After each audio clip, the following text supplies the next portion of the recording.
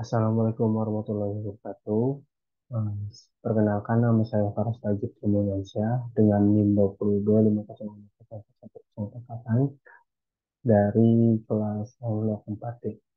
Di sini saya ingin menjelaskan lebih presentasikan dari materi bab 1 sampai bab 3 mata kuliah manajemen kita.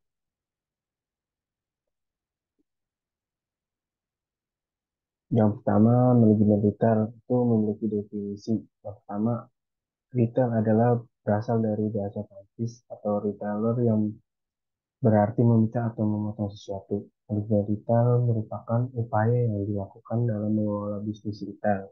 Bisnis retail adalah kegiatan yang terlibat dalam penjualan barang atau jasa secara langsung pada konsumen akhir untuk kegunaan pribadi bukan bisnis. Jalur distribusi barang dagang dalam retail. Yang pertama itu adalah perusahaan, lalu setelah itu pedagang besar, selanjutnya adalah retail, dan terakhir adalah konsumen akhir.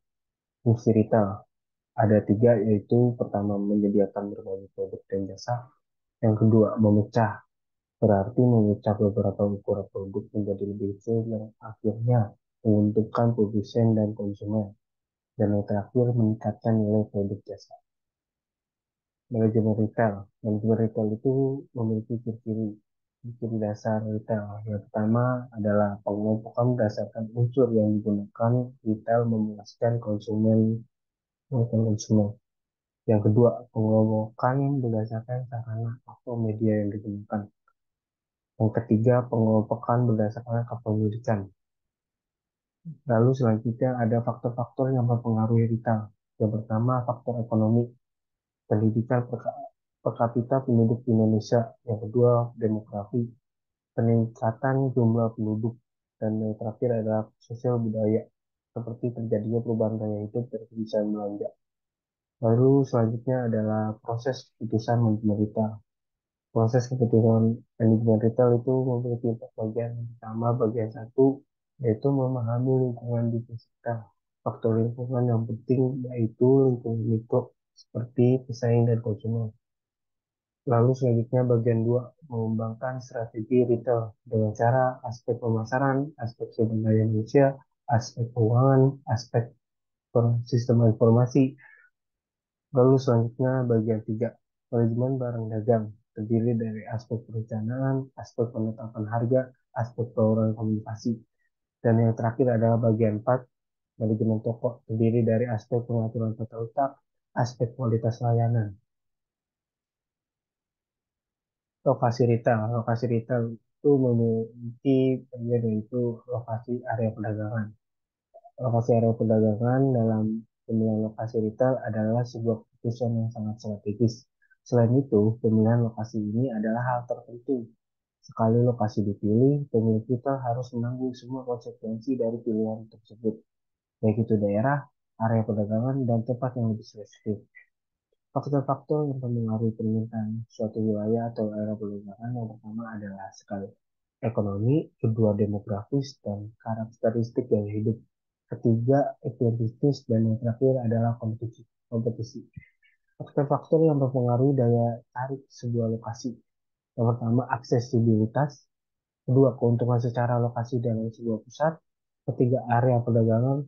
Dan keempat, metode pengukuran. Pengelolaan perdagangan eceran.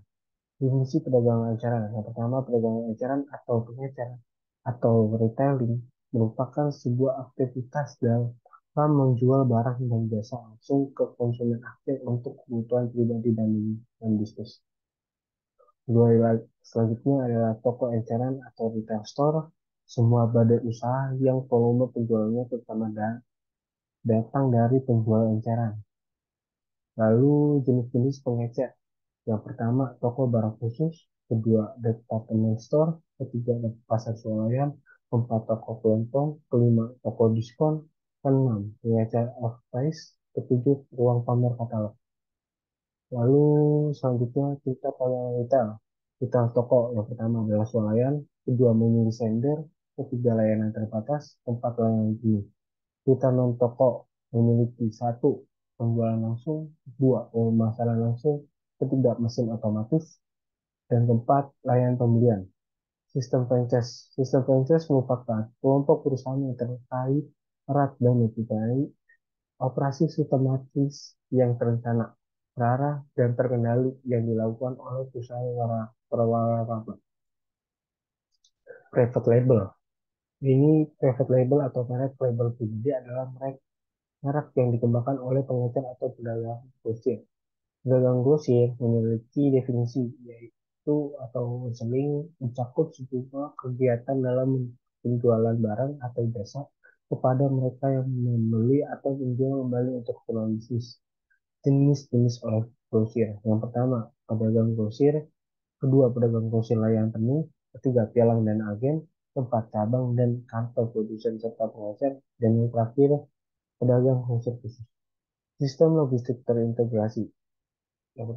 Logistik pasar merupakan perencanaan infrastruktur untuk memenuhi permintaan yang meliputi manajemen bahan, sistem aliran bahan, dan distribusi fisik yang dimampukan oleh bantuan teknologi informasi.